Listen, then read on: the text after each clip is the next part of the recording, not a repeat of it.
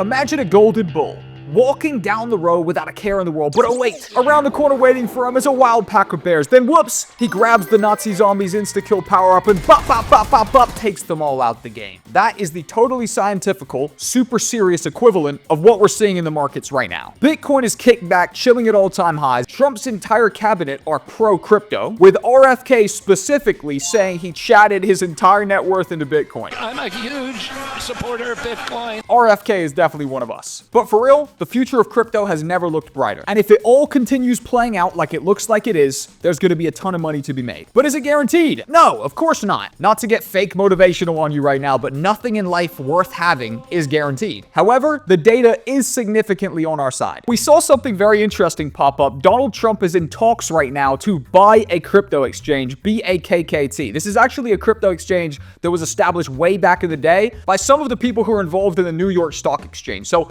on paper, a very legit crypto exchange. Trump is in advanced talks right now to buy that crypto exchange. That is unfathomably bullish for crypto. A sitting president whose entire cabinet hold crypto now might be acquiring an exchange. That is the equivalent of us living in an alternate universe where sugar was banned and the new president of the United States was set to buy Willy Wonka's chocolate factory. In that scenario, you'd be pretty damn bullish on chocolate and you'd be pretty damn bullish on sugar, and I don't see any reason why that wouldn't be a major bull case and a major signal of strength in the market that the future president is looking to buy his own chocolate factory of crypto, aka a crypto exchange. This is another crazy thing. We also saw Trump considering crypto lawyer Teresa Goody Gillian to replace Gary Gensler as the SEC chair. Gary Gensler has been notoriously anti-crypto. He's actually been a little bit of a demon, a goblin haunting the crypto space, creating all sorts of uncertainties. If Trump actually appoints Teresa Goody Gillian, which has a pretty funny name, I'm sure she got, a little bit teased in school for that name. Oh, Goody Two Shoes Gillian is coming down the hall. If Goody Two Shoes Gillian gets actually put into this position, that is another undeniably bullish thing for the crypto markets and a big green flag that the US in general, which still holds global reserve currency status, that's an undeniably bullish thing for the markets. The fact that somebody who is more of a crypto native, a crypto lawyer themselves, would be taking the position of SEC chair and undeniably would understand the crypto market and care about it and like it more than gay boy Gensler. Gary Gensler, if you're watching this, please don't sue me. I apologize for that title. I'll try and edit it out, but if I forget to edit it out, it was just a mistake. I meant to edit it out. Gay boy Gensler. We're also seeing very early signs that retail was re-entering the market. One of the biggest signs of that was XRP and legacy coins starting to have a big pump. XRP specifically did like 100% gain recently, and I actually covered that in my free Telegram when it happened about 5 days ago. I said XRP and Cardano were pumping. Looks like retail were slowly coming back. I saw that they were having significant pumps. Alex Becker then followed up to say we are literally seeing a textbook, and I mean textbook, Bitcoin alt season rotation. Bitcoin has found a seat at 90K. Big caps and alts are now pumping hard. Mid caps and low caps are next. This is going to get weird. We then also saw Miles Dusher say top gainers list today has to be some kind of sick joke. All the dinosaur coins are running. Income Sharks, who's a highly respected account, followed up by saying usually this means retail traders are coming back and they go to what they bought last time. Again, I've been sharing live updates on this market on a daily basis inside my free Telegram, link down below. You can also specifically DM me if you want to talk to me. I respond to absolutely everybody. Now, although we do see some legacy coins pumping, Bitcoin is undeniably still on a charge. We won't see that big money rotate down into smaller caps until Bitcoin's had its run. I'm going to break down the chart shortly, but real quick, have a look at this. Bitcoin is still following an upwards channel. And this really isn't a bad thing, seeing as the higher Bitcoin goes, the more money will eventually flow down into alts and memes. And basically, the higher we go, the more everything else will go as well. And another thing that backs this theory up is that the poly market odds just shot up to 72% that Bitcoin will hit $100,000 by the end of the year. Now, poly market has been historically very accurate to predict future outcomes because it's almost like the ultimate poll. If people are willing to bet on something and the majority are betting on it, if they're willing to risk their money, they have to genuinely really believe that's going to happen, so it's usually a good tell. Poly market ended up being the most accurate prediction of who was going to be the next president. A lot of the, official polls in America had Kamala and Trump tied almost 50-50 for who was going to win the election. Poly market didn't see it that way. Poly market soared much higher than that in favor of Trump, and who would have known? Trump ended up getting elected. In fact, the poly Polymarket polls were so freakishly active that the founder of Polymarket's devices, phones, laptops, all got seized by the FBI in the days after the election because they thought there was some fuckery going down. They thought there was something fishy happening. This guy right here, who founded Polymarket, actually had his crib raided by the FBI. Poor guy, they took all his electronics. He can't play Flappy Bird anymore, and he's got to go phoneless for a little while. He's basically doing an iPhone detox right now. Fair play to him. He had too much blue light coming into his eyes. He tried the blue light glasses. They didn't work. Luckily, the FBI came in and did him a service and, gave him a little bit of a break. His screen time was way too high. He needed a break. The FBI really, they didn't do this for them. They did this for the Polymarket CEO. They did this to help him. But on a more serious note, if Bitcoin is going to go up to $100,000 by the end of the year, we do have to be prepared for everything else to take a back seat while the king pumps and essentially leads the market. And this is exactly what we saw last cycle. It's nothing different. This is when Bitcoin broke its previous cycle all-time high in 2021. In about November, it reached a new all-time high. If we now come over to total 3, which is the total crypto market cap excluding Bitcoin and ETH, if we have a look here, alts didn't break their previous cycle all-time high until about February. So we've got Bitcoin, who essentially hit a new all-time high in around November. Alts really didn't get moving and go absolutely crazy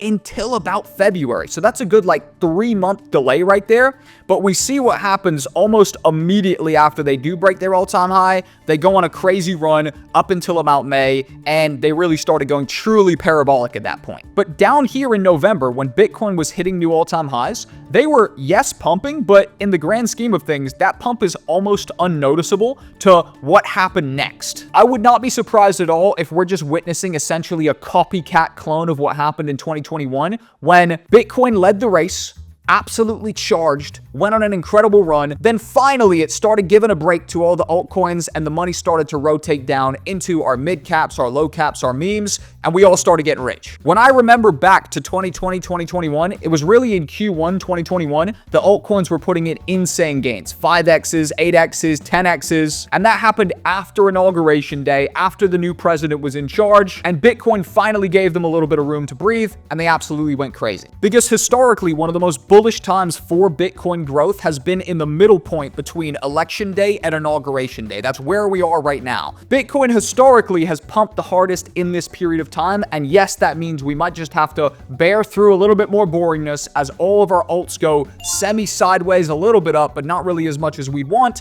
while the king leads the market. And then finally around here, we should start seeing that breakout, if history repeats, pretty much around February time, where we can expect the big gainers to happen. I'm assuming we'll get the good old-fashioned sell in May and go away as stuff just gets boring over summer, and then hopefully, if the cycle is to continue, we'll probably have another run-up at the end of 2025. But the fun stuff now, the bearish take on the market and some bearish things that have been happening, or the perception of bearish things that will be happening. This is interesting. You'll want to have a look at this. Memes have been leading the market still. Although Bitcoin is taking all the attention away from utility, memes have still been running like crazy, and there's been some pretty ridiculous things, to say the least, happening left, right, and center. There's been some pure stupidity happening on Solana. This little guy right here launched a coin. He was live streaming on Pump Fun. He ended up dumping every single token. He was giving everybody the middle finger left, right, and center. Pretty hilarious, but the community clapped back and they actually doxed his entire family. This little guy rugged a coin called Quant that he made. They launched Quant Grandpa. Then they found his mom. They launched Quant Mom. Then they launched his sister. They launched Quant Sis. And then they even found his dad and they ran up Quant Dad as well. So quite literally pure stupidity is happening over on Solana. It's very funny. However, there is a bearish side to this that we have to talk about. Historically, if we're talking about the normal money flow, memes are the last thing to pump. That means that when Bitcoin pumps, ETH pumps, large caps pump, alts pump, memes usually signal an exit of the market where the money's slowly flowing down to the dumbest, stupidest assets, and then everything takes a massive dump, and essentially the cycle resets, and Bitcoin starts leading things again. So on paper, memes pumping super hard and, just ridiculous scenarios like Quant Dad, Quant Mom, Quant Sis has usually been a very toppish signal for the market. And if you're taking any bias from previous cycles, this would be a semi-top signal. We've also seen one of the biggest influencers in the space, Alex Becker, who I'm personally a big fan of, but this has to be covered. He said, I just got off the phone with my lawyers. I'm cleared to launch a meme coin. Quite literally one of the biggest influencers in the space is looking looking at launching a meme coin. Income Shark said, remember last time influencers made memes? It marked the top of memes. Income Sharks is a very respected account. He has a list of, overall bearish things to look at in the market that would signal a top. Definitely 13-year-olds rugging 30K from Solana pump funds is a bit of a top signal. And historically, big influencers launching meme coins and launching shit coins has also signaled a top in the market. But enough of what other people say. What do I personally think about this? I view this as a change in the ecosystem in general. I don't actually view this as a top signal. I think the meme coin super cycle is a real thing, and I do think memes being the funnest investment, the most lighthearted, Gen X friendly, Zoomer friendly coins are probably going to continue pumping the entire cycle. I don't think we're in a space where each individual narrative has to pump on its own. I do think the crypto market is evolving, and also due to TikTok and overall more visibility and attention being on memes, I think they're just going to pump the entire cycle. Now I do believe memes have evolved into something much bigger, where there's probably an entire class of investors that will only invest in memes this entire cycle, and they'll kind of live in their own space. The meme space and your average investor that's investing into memes who is almost exclusively focused on that, and it's kind of a side market compared to the traditional normal Web3 crypto space that has been focused around tech. Murad said something to back this up, which I thought was very interesting. The old money flow was Bitcoin into Ethereum, into large caps, into alt season.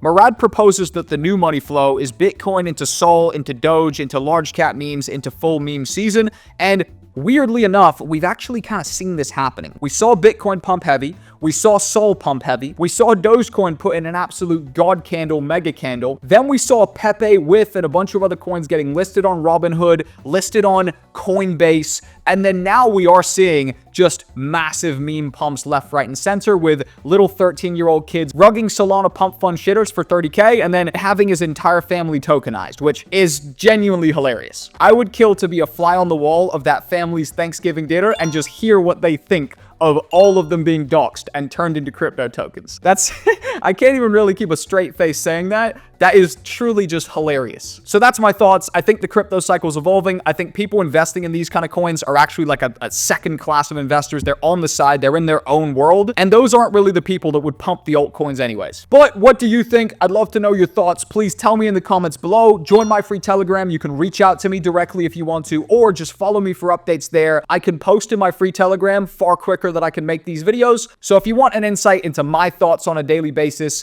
throughout the bull market, definitely follow my free Telegram down below. I'd love to have you over there. But I'm going to direct you over to this video. Click it. It's a good continuation from this one. 3, 2, 1. I'm going to jump off your screen. Click it. See you there.